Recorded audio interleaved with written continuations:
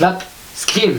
Et bien bonjour à tous, aujourd'hui on se retrouve pour une toute nouvelle vidéo dédiée à Scream, la saga iconique qui est sortie il y a près d'une trentaine d'années. Et bien aujourd'hui nous abordons un sujet que j'ai pas encore abordé, c'est le film d'horreur, donc on va détailler un petit peu comment Scream a révolutionné cette industrie de l'horreur. Avant de commencer, bien évidemment, n'oublie pas les bonnes manières, on s'abonne et on met un grand like les amis, ça m'aiderait beaucoup, ça me donne beaucoup de force pour vous sortir ces vidéos. Et sur ce, on se retrouve avec la suite de la vidéo. Alors, on va parler un peu plus de Scream, donc réalisé par Wes Craven, sorti en 1996. Alors c'est un vieux film quand même, Scream, il est sorti il y a à peu près plus de 30 ans, donc c'est vrai qu'il est relativement vieux. Il commence à se faire vieux, attention.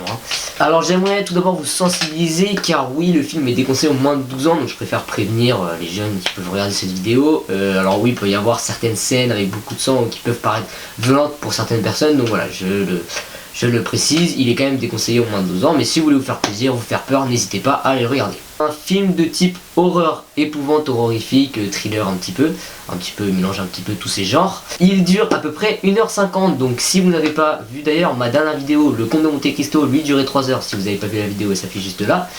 Lui il dure que 1h50, donc c'est à peu près plus de la moitié, donc c'est pas un film très très long, il reste quand même dans les moyennes de longueur pour les années 90, mais pour les films d'aujourd'hui c'est un film relativement court. Alors, produit par Woods Entertainment et bien sûr réalisé par le grand Wes Craven. Alors on va en parler un petit peu plus de lui dans cette vidéo, on va détailler un petit peu comment il a révolutionné le cinéma d'horreur et comment il a su faire peur aux gens, parce que oui, il est un petit peu dans cette sorte là des thrillers et de l'épouvante, et il est très très fort dans ce genre là. Maintenant que je vous ai présenté un petit peu le film, entre guillemets, les premières amorces, je vais vous faire un petit pitch rapide, donc comme la dernière fois, bien sûr j'ai évité de pas spoiler. Alors je vais surtout vous raconter un petit peu le début, la séquence d'introduction du film, parce que je trouve que après on reçoit trop d'indices et je veux pas trop vous spoiler parce que j'ai vraiment envie que vous alliez le voir. Donc du coup je vais pas trop vous spoiler, donc je vais surtout vous parler un petit peu de l'intro et un petit peu de après et quel personnage on va suivre dans l'histoire. Tout commence aux États-Unis, dans une petite maison. Une jeune femme très charmante est seule un soir. Elle se nomme Casey Baker. Casey, comme vous le savez, comme beaucoup d'américaines à cette époque-là, elle aime bien regarder les films d'horreur, les petits films, et tranquillement elle se fait chauffer du popcorn dans sa petite cuisine et s'apprête à mater un petit film d'horreur comme bon nombre d'entre nous le ferait. Elle allume la télé et s'apprête à mettre sa cassette, parce que oui, à l'époque c'était des cassettes, et s'apprête à regarder son film préféré, Halloween. Sauf que tout à coup, le téléphone sonne et là, la vie de Casey va basculer. Alors, comme une personne normale, Casey va décrocher et va se rendre compte que c'est un homme à l'appareil. Sauf que cet homme, c'est pas un homme ordinaire. Et Casey va vite regretter cet appel. Alors là, je vous ai fait un petit topo de la scène d'introduction, parce qu'en fait, j'aimerais pas vous spoiler comme je vous le disais tout à l'heure. Donc du coup, je vais quand même vous raconter un petit peu plus l'histoire, pas trop détaillée. Je vais surtout vous parler du personnage que l'on va suivre un petit peu tout au long de l'histoire, qui est Sydney Prescott. Donc Sydney, on va la suivre, c'est une jeune étudiante, et on va la suivre tout au long de l'histoire. Et donc Sydney, elle va être alertée par Casey Baker, parce que comme vous allez découvrir, Casey Baker, sa vie va très mal finir. Vous allez le découvrir dans le film, si vous allez le voir, je vous incite à aller le voir encore une fois. Et donc Sydney, elle va être un peu dans la tourmente parce qu'elle a perdu sa mère il n'y a pas très longtemps et son père est parti dans le week-end, donc ça va être un peu tourmenté. Donc sa vie va être vraiment tourmentée autour de ce Casey Baker a vécu. Et donc voilà, ça va partir là. Je vais pas vous en raconter plus parce que j'ai pas envie de vous spoiler, j'ai pas envie que vous soyez déçus, je m'attendais pas à ça, pas à ci. Donc tout simplement, maintenant que je vous ai donné un petit pitch, n'hésitez pas à aller le voir et vous découvrirez par la suite le reste de l'histoire. Bien, alors maintenant que je vous ai fait un petit résumé de l'histoire, j'espère que vous a plu. Par ailleurs, je vais vous parler du réalisateur Wes Craven. Alors un très brillant réalisateur, c'est un réalisateur américain qui est malheureusement mort à l'âge de 76 ans en 2015 dernier. Alors Wes Craven, Wes, il est très connu pour ses films d'horreur. Bien sûr, comme je vous l'ai dit, il a vraiment révolutionné le cinéma d'horreur, pour moi en tout cas, de mon avis. C'est quand même encore une fois mon avis, je tiens à le préciser. Mais pour moi, je pense qu'il a vraiment révolutionné, il a fait des films fantastiques. Il n'est pas simplement réalisateur, il est aussi scénariste et producteur de films. Donc il a produit certains de ses films, il les a scénarisés et bien sûr, il les a réalisés. Par la suite, il est très connu et il a fait surtout que des films d'horreur. Quasiment, c'est vraiment les films de Wes Craven, c'est du film d'horreur, du fantastique, ça part vraiment dans tous les sens. Alors, il est connu pourquoi? Et oui, les films. Quels sont les films que Wes Craven a réalisés? Alors, il a réalisé Les Griffes de la Nuit, les Freddy, parce que j'ai vu qu'il en avait plusieurs. Alors, je ne les ai pas vus, je tiens à vous préciser. mais je sais qu'il y en a plusieurs. Et bien sûr, un des films très connus, La colline a des yeux, sorti en 1977, ça aussi c'est un merveilleux film. Maintenant que je vous ai parlé un petit peu de Wes Craven, de sa réalisation, je vous ai parlé de ça, et ben je vais vous parler tout simplement des acteurs qui ont joué dans ce film. Tout d'abord, je pense que vous allez sûrement la reconnaître, nous avons Drew Barrymore qui joue Casey Baker. Alors je vous en parlerai un petit peu plus dans la rubrique suivante de Drew Barrymore, et je vous expliquerai que ça n'a pas été si simple pour elle. Mais notamment nous avons bien sûr Neve Campbell, nous avons également Courtney Fox, Kit Ulrich, David Arquette et Matthew Lillard. Alors maintenant que je vous ai parlé un petit peu des acteurs, des différents acteurs que je joue dans le film, du réalisateur, et bien je vais vous parler de mon personnage particulier. Et oui, comme chacune de mes rubriques, je vais vous parler d'un personnage du film. Et alors là, cette fois-ci, je vais vraiment rester sur cette scène d'introduction parce que j'ai pas du tout envie de vous spoil, mais c'est surtout que j'ai trouvé que cette séquence d'introduction du film Scream est vraiment sublime. Franchement, j'ai rien à rajouter, elle est vraiment sublime. Donc je vais vous parler tout simplement de Casey Baker. Alors Casey, elle est jouée tout d'abord par Drew Barrymore. Alors si vous ne savez pas qui c'est une jeune actrice américaine de 49 ans. Elle a joué dans de nombreux films comme Charlie et ses drôles de dames, Amour et amnésie, Blended, et surtout, et oui pour ceux qui auraient la référence, la ref, elle a joué dans E.T. l'extraterrestre. Alors maintenant, essayez de trouver quel rôle elle a joué. Et elle a joué bien sûr le rôle de la petite sœur de Elliot. Donc si vous n'avez pas vu E.T. l'extraterrestre, n'hésitez pas aussi à aller voir. Pourquoi je vais vous parler de Casey Baker? Ah oui, parce que Casey, alors tout d'abord j'aimerais vous dire qu'elle apparaît très peu à l'écran. C'est-à-dire que Casey, on la voit peut-être 10 minutes dans la scène d'introduction et malheureusement elle va finir tragiquement. Mais quand même, elle a eu le temps de nous raconter un petit peu beaucoup de l'histoire du film. Et beaucoup surtout de la réalisation de Wes Craven qui a sublimement réalisé cette séquence d'introduction. Pour moi, elle est vraiment très réussie. Et surtout, je vais parler des trucs que j'aime pas trop parler, c'est les stéréotypes. Parce que oui, dans les films d'horreur, souvent, bah oui, la proie facile, c'est une femme. Alors désolé, je ne suis pas sexiste ni féministe, je tiens quand même à le préciser. Mais là, Casey, elle est blonde, elle est jeune, elle est seule chez elle, c'est le soir. Bon, faut dire qu'il y a un truc quand même, hein, on va pas se dire il y a rien, non, c'est très stéréotypé. En tout cas, ça reste quand même très stéréotypé. Mais cette fois, je trouve que le coup est réussi parce que vraiment la mise en scène, les décors, l'ambiance, tout est réuni pour faire que cette séquence d'introduction est vraiment mémorable. Et c'est ce que je retiens du film. C'est cette séquence d'introduction vraiment, c'est la clé pour moi du film. Alors après, il y a beaucoup d'autres scènes dans le film que vous verrez. Enfin, après, ce sera à vous de juger par vous-même. Mais moi, j'ai trouvé que cette séquence d'introduction était vraiment sublime. Alors, ce n'est pas tout, car je vais parler aussi de l'appel qu'elle a reçu. Et oui, parce que c'est quand même pas à négliger. L'appel, c'est vraiment pas à négliger. C'est ce qui lance un petit peu le film. C'est la petite étincelle qui vient mettre le feu à la poudre et au brasier qui s'en suivra dans Scream. Oui, d'abord, l'interlocuteur, eh bien, il fait un peu jeu avec elle. Il va jouer un jeu avec elle, en fait. Casey va jouer un jeu. Alors, un jeu mortel, un petit peu, qui va la mener dans de sombres prémices et de sombres choses. Mais c'est un peu une marionnette, c'est-à-dire qu'à l'autre bout du film, il y a peut-être un gars, on ne sait pas où il est. C'est un homme, il a une voix d'homme. Alors, est-ce que c'est un homme? Je ne sais pas. Mais en tout cas, il a une voix d'homme.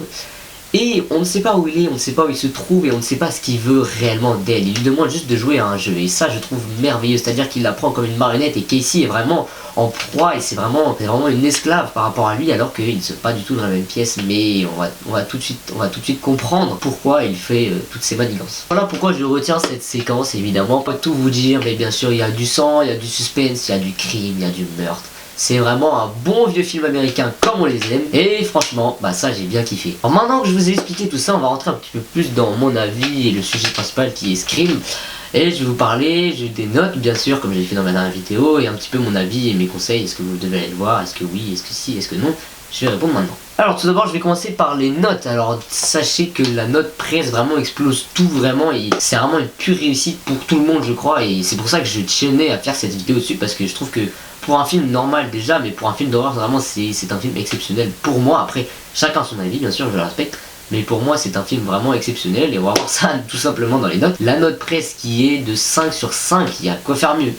Il n'y a pas de quoi faire mieux, la note presse sur Allociné est de 5 sur 5, donc vraiment une note qui parle d'elle-même, hein, comme on pourrait le dire. La note spectateur, elle est un petit peu en dessous, elle est à 3,7 sur 5, mais ça reste quand même très bien globalement pour tous ceux qui ont voté sur Allociné. Donc cela reste globalement bien pour un film quand même. Alors, ma note, maintenant ce qui est plus intéressant, alors ma note pour moi, j'ai une note de 4 sur 5, c'est-à-dire que c'est quand même un très bon film. Pour moi, cela reste vraiment une merveille du cinéma d'horreur. C'est une très bon film. Ce n'est pas mon film préféré, après tout cela quand même. Parce que même s'il retient bien les codes de l'horreur, il a quand même tous ces codes du film américain un petit peu stéréotypé ou même horrifique ou épouvante, waouh je te fais peur, un truc comme ça, enfin voilà, vous avez compris le concept, même s'il retient bien les codes, tout ça, ce n'est quand même pas, je ne mettrai pas plus. Pourquoi 4 sur 5? Alors je vais vous expliquer et je vais vous donner mon avis dans la prochaine partie. Donc pour moi, Scream est un très bon film, il est très bien construit, il y a une très bonne mise en scène, il y a des très bons acteurs, très bons jeux d'acteurs, un très bon suspense, très bon thriller. Moi vraiment, franchement je trouve que c'est une réussite, mais encore une fois, alors je vais parler de choses qui fâchent, des stéréotypes. Alors oui, là je dis qu'il retient bien les codes, qu'il y a des bonnes stéréotypes, mais je comprends pas, Kassim, qu'est-ce que tu nous racontes? Alors en fait, tout simplement que les stéréotypes c'est bien, mais il faut bien les réaliser, c'est-à-dire qu'il faut pas trop les pousser trop loin, sinon c'est vraiment du film bidon, stéréotypé, et on n'aime pas ça en fait. Il faut essayer de sortir un petit peu des codes, de casser un peu les codes, sans trop les casser non plus. Mais il faut essayer de sortir un peu de sa zone de confort, essayer d'exploiter au maximum son terrain de jeu. Et donc là je trouve que ça la reste quand même assez stéréotypé. Et donc c'est pour cela que je trouve que ce film manque un peu d'originalité sur certains points. Mais franchement sinon dans l'ensemble, dans la globalité, c'est vraiment un film très très réussi. Et même s'il y a quelques stéréotypes un peu trop gros sur certaines parties, il est très bien fait, donc allez le voir. Alors maintenant que je vous ai parlé un petit peu de mon avis argumenté sur la note et pourquoi il était pas si bien que ça, ou pourquoi il faut aller le voir. Alors pourquoi il faut aller le voir, je vais vous parler après, mais surtout là j'aimerais vous parler des points positifs. Et pourquoi il faut aller le voir, justement c'est la question que tout le monde se pose à chaque vidéo. Pourquoi il faut aller voir Scream malgré tout ce que je vous ai dit? Alors tout d'abord, j'aimerais vous dire que c'est un très bon film d'horreur, parce que pour moi l'apparition du tueur elle est vraiment merveilleuse. C'est-à-dire qu'à chaque apparition du tueur on se dit mais non il peut pas apparaître là, c'est pas possible, mais si en fait. C'est fou.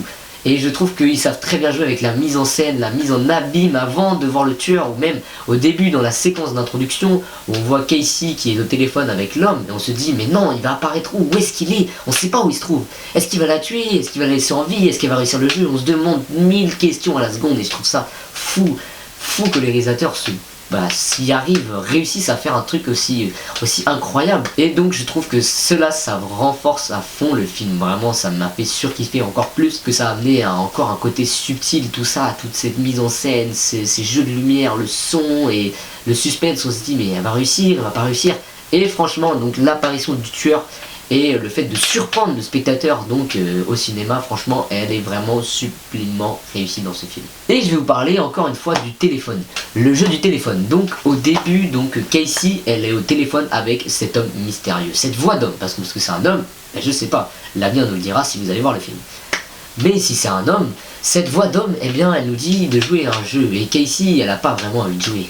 Casey elle veut se mater son petit film d'horreur, son petit Halloween, elle veut se faire peur un bon coup, aller au dodo et le lendemain aller en cours. Sauf que non, Casey trouve que ça rajoute vraiment un gros plus au film.